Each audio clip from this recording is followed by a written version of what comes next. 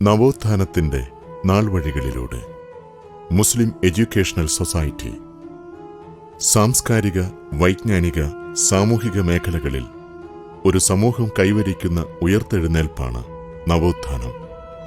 ജീവിതം നിശ്ചലമല്ലാത്തതുകൊണ്ടുതന്നെ അതിന്റെ നവീകരണം സാധ്യമാക്കുന്ന നവോത്ഥാനം മനുഷ്യ സമൂഹത്തെ സംബന്ധിച്ചിടത്തോളം ഒരു തുടർ പ്രക്രിയയാണ്.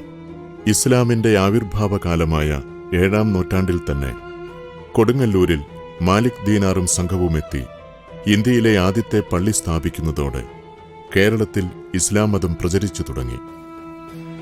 നൂറ്റാണ്ടുകളുടെ സങ്കലന ജീവിത ചരിത്രമുള്ള കേരള മുസ്ലിങ്ങൾ നിരന്തരമായ നവീകരണങ്ങളെ സ്വീകരിക്കാൻ തയ്യാറായ സമൂഹമാണ്.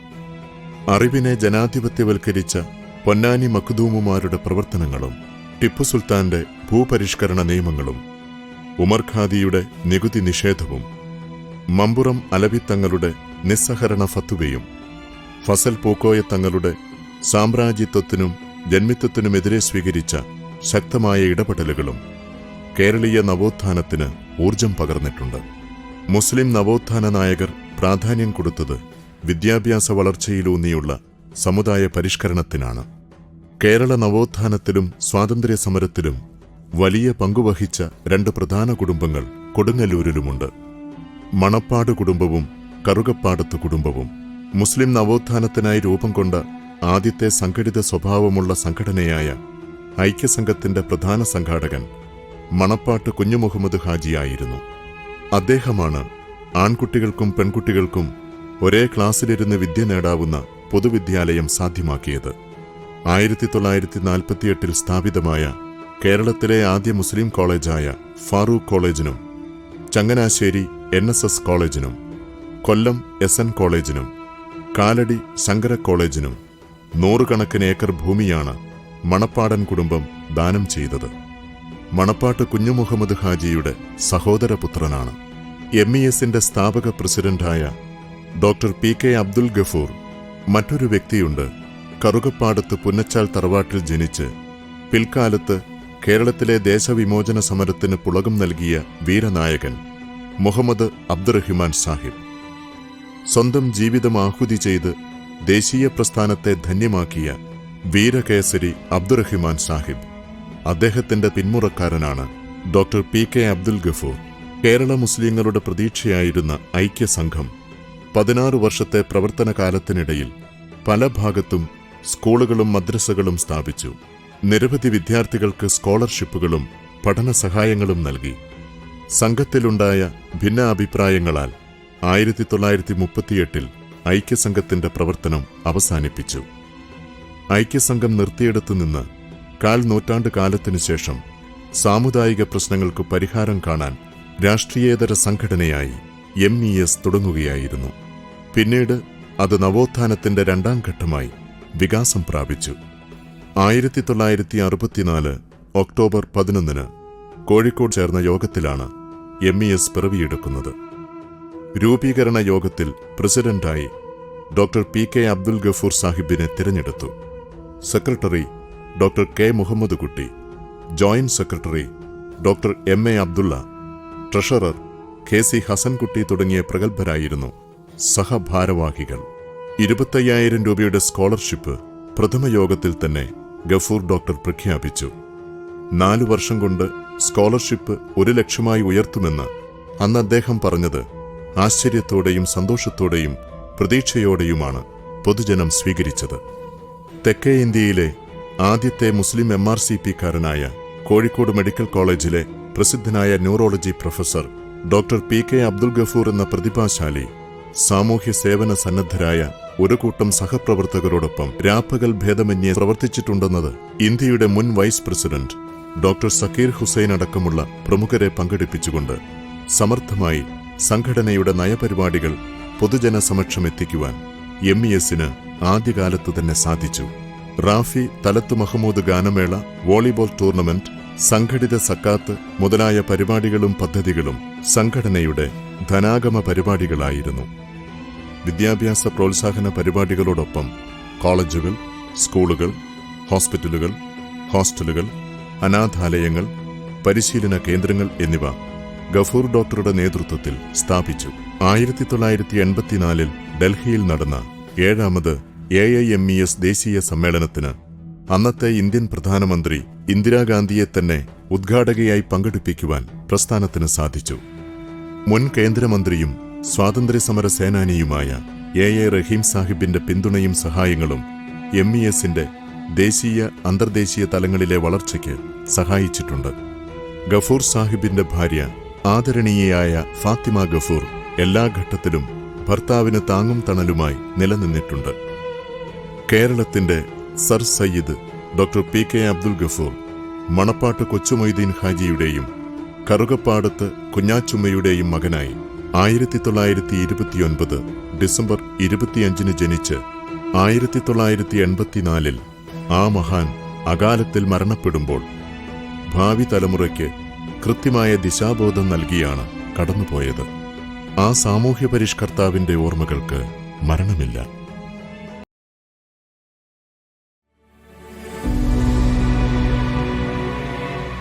നവോത്ഥാന വീഥിയിലൂടെ മുസ്ലിം എഡ്യൂക്കേഷണൽ സൊസൈറ്റി.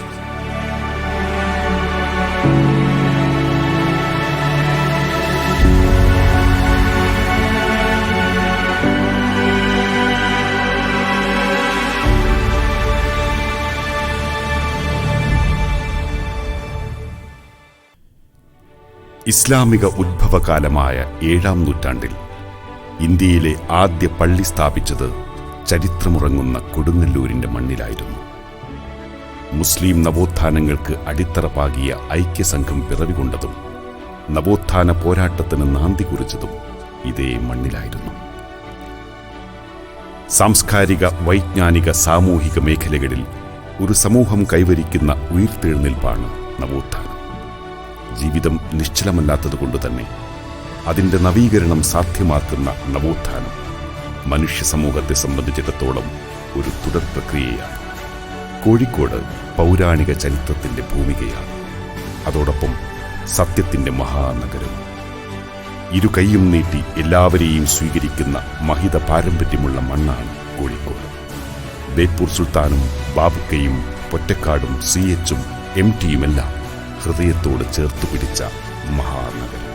ആ സത്യത്തിൻ്റെ മഹിത പാരമ്പര്യം കുടികൊള്ളുന്ന മണ്ണിലേക്ക് നവോത്ഥാനത്തിൻ്റെ കൊടിക്കൂറയുമായി കൊടുങ്ങല്ലൂരിൽ നിന്നും കടന്നുവന്ന ഡോക്ടർ PK അബ്ദുൽ ഗഫൂർ സാഹിബ് മറ്റൊരു നവോത്ഥാന ചരിത്ര ഇതിഹാസത്തിന് തുടക്കമിടുകയായിരുന്നു.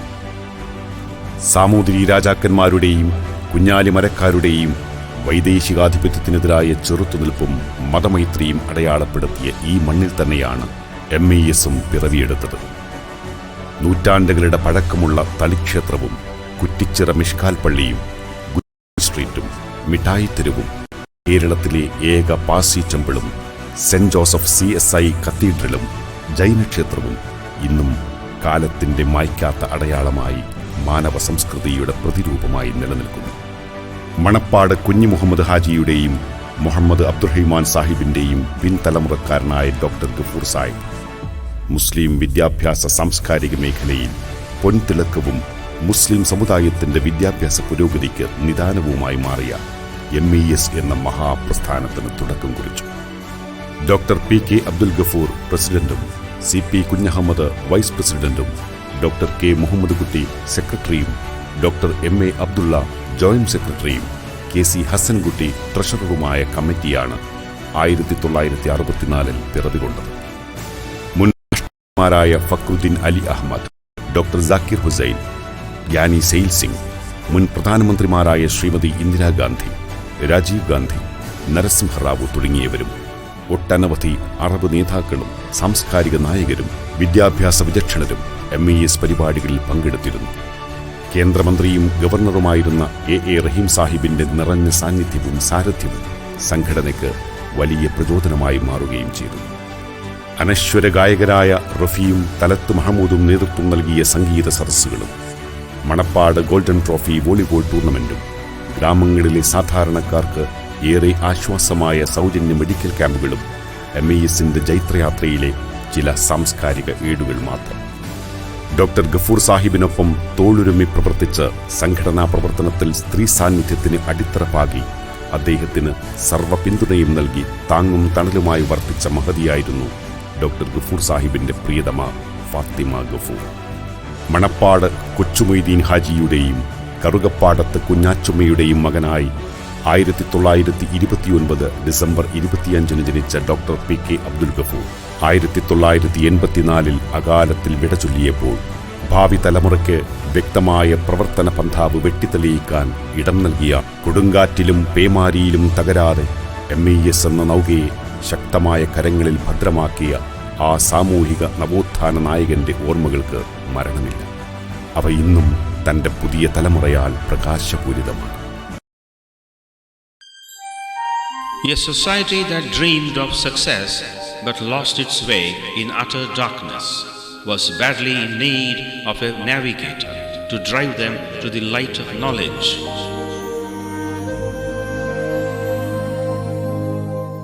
The elementary lessons that lead to wisdom, knowledge is power, were unknown to society.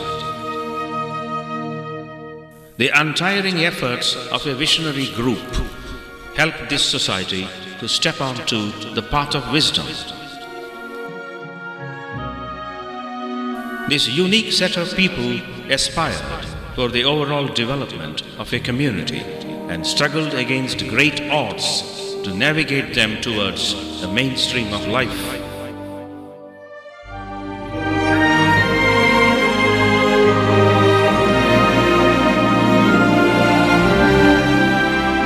Muslim Educational Society, established in 1964, achieved a remarkable transformation in the educational status of Muslim society.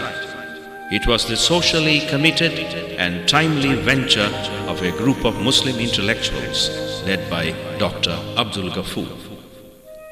Dr. Abdul Ghafoor, the founder-president of the Muslim Educational Society, dedicated his life for an educational revolution and pledged to keep the lamp of knowledge aloft to illuminate the life of a society. Before the inception of the MES, Muslims were extremely backward and lacked sufficient educational institutions and other amenities for learning. The Herculean efforts made by MES in conducting seminars, symposia and awareness meets throughout the length and breadth of Kerala drastically altered the outlook of the society and their attitude towards education in particular.